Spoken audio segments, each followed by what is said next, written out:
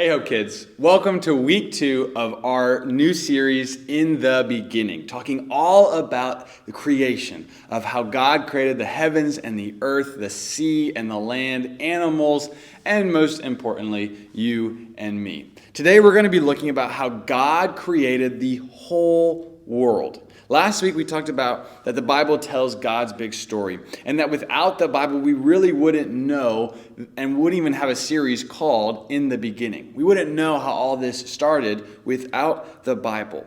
But today we're going to take another step into Genesis, and we're going to start to look at truly the beginning of our world, of your and my world, not the beginning of God's world. And so today we're going to be looking at something called the creation story. Now the creation story is in Genesis 1, and it talks all about how God created everything. It walks through what God created, how many days it took him, and what he created and made on those certain days. But first, I want to talk about my creation. You know, I've made a lot of things in my life. I've made food. I've made wooden objects. I've made a lot of different stuff. But I want to tell you about a time when I was making an arcade game. Now, some of you guys have been in Hope Kids, and I think you guys know that little Pac-Man machine, right?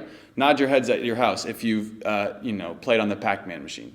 Excellent, thank you. So I was building that Pac-Man machine after I had bought it, and I had just gotten done building it. I was so excited because I knew how much you guys were going to love it. And right when I got done building it, I realized that I had built the entire thing inside out. Now, you may be wondering, how can you build something like that inside out? What I mean is that every single piece had artwork on it. You've seen the artwork maybe. But I had put all of the artwork on the middle of it. And so something that had just taken me an hour to put together, I then had to spend another 20 minutes taking it apart, and then another hour putting it all back together. I'm sure a lot of you guys have probably tried to make something in your day, whether it's food, whether it's a fun project with one of your parents or guardians. And I'm sure that all of us have a funny story of how when we were creating something, it did not go according to plan.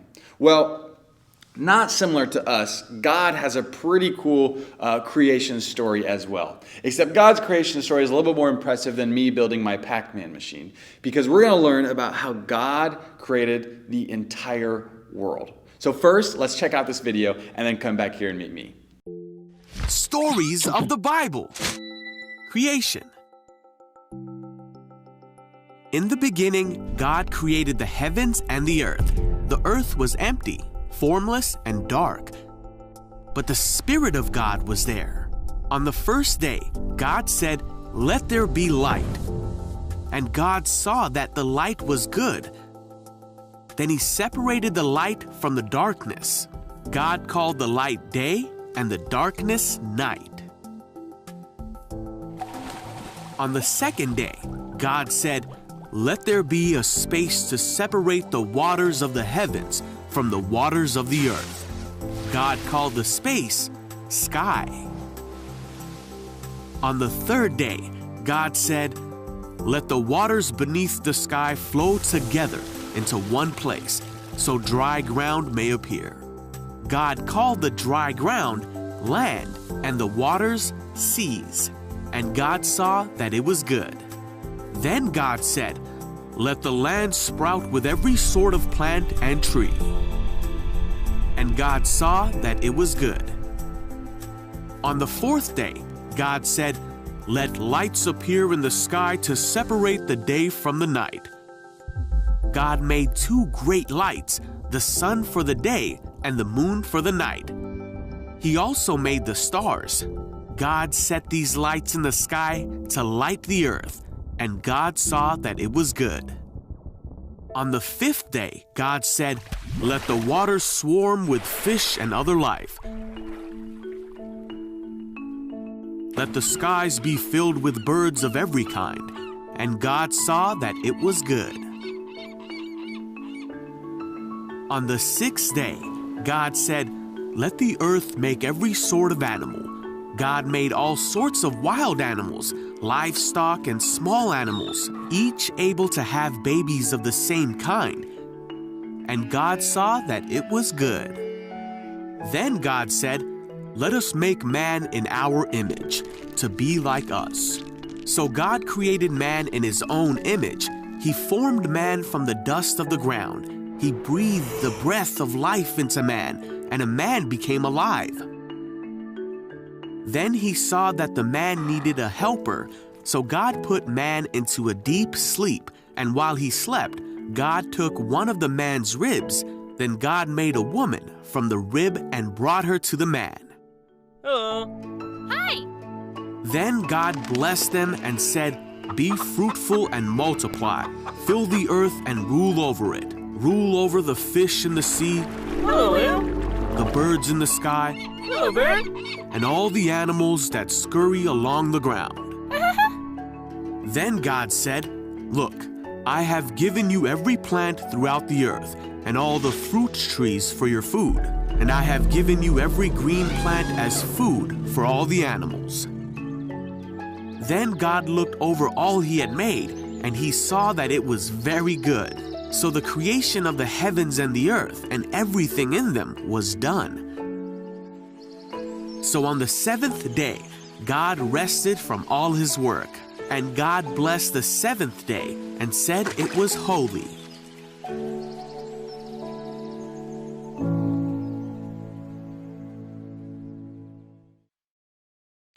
All right, so that video shows us really well how God created everything. And so what I want to do really quickly is go over what he created really shortly, but most importantly, I want you at home to act it out. So when I say what God created, you have to act out what is being created. For instance, the first one is God created light from the darkness. So maybe you're going to do like jazz hands for light, or maybe like a light you can finally see, right? Something like that, all right? So I gave you an idea for the first one. So let's go through what God created. The first one, God created light. I really hope you're doing it. Otherwise, I'm just looking in the camera like a fool. The second one, God said, let's create a space between the waters and the heavens. And all of a sudden, boom, there are the heavens and there are the waters. Act that out. How do you think you're going to do that? Parents, if you can, take a video of this for me, I would love it. Third, he said, then let's place some dry ground. So there was just water, and then all of a sudden God created dry land so that things could live in the dry land and not everything would be underwater. Try to act that out. Next, God then created all of the plants and trees and flowers, produce, cucumbers.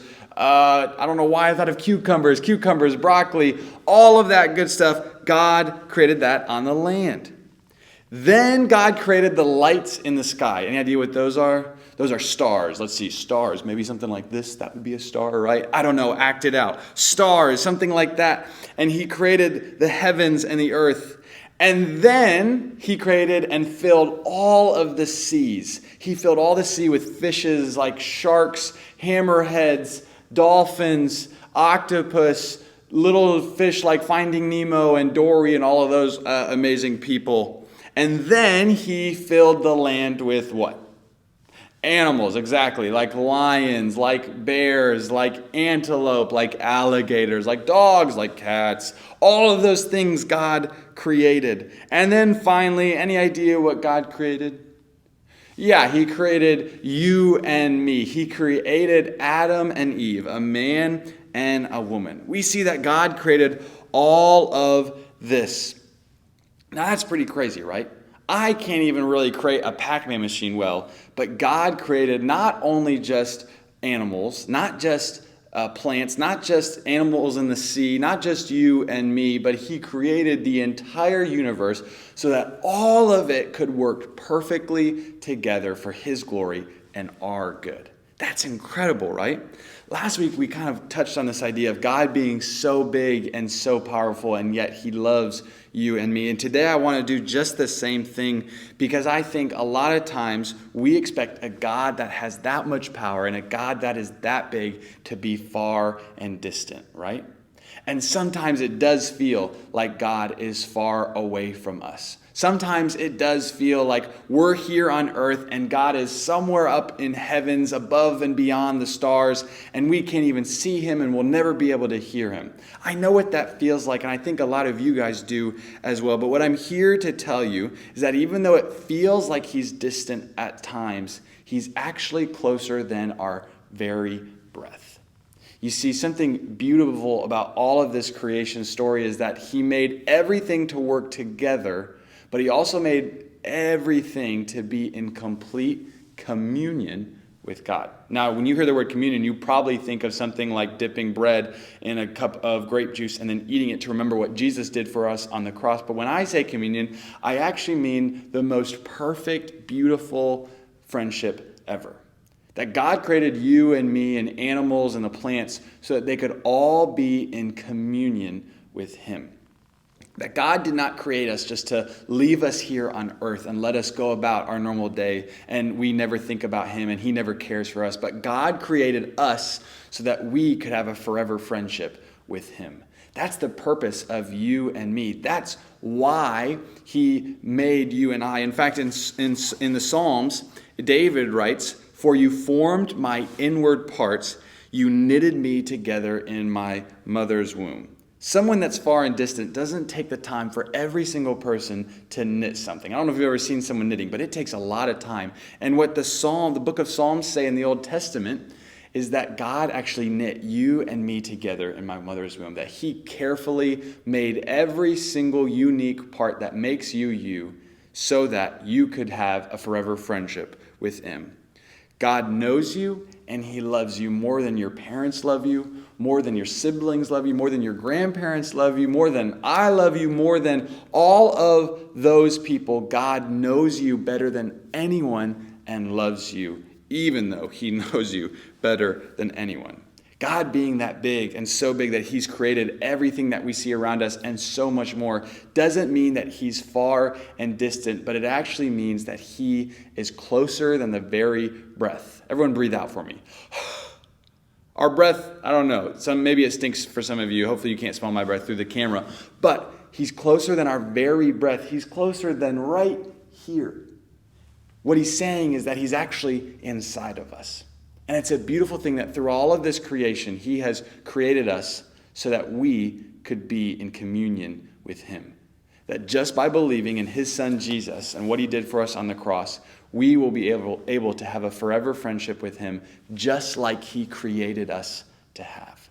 So my prayer for you today, and what I encourage you guys to talk to your parents about, is this idea of communion with God and with Jesus. What it looks like to have a real, true friendship with someone who sometimes can feel distant and far away, and how we can know and recognize that he's closer than your very breath.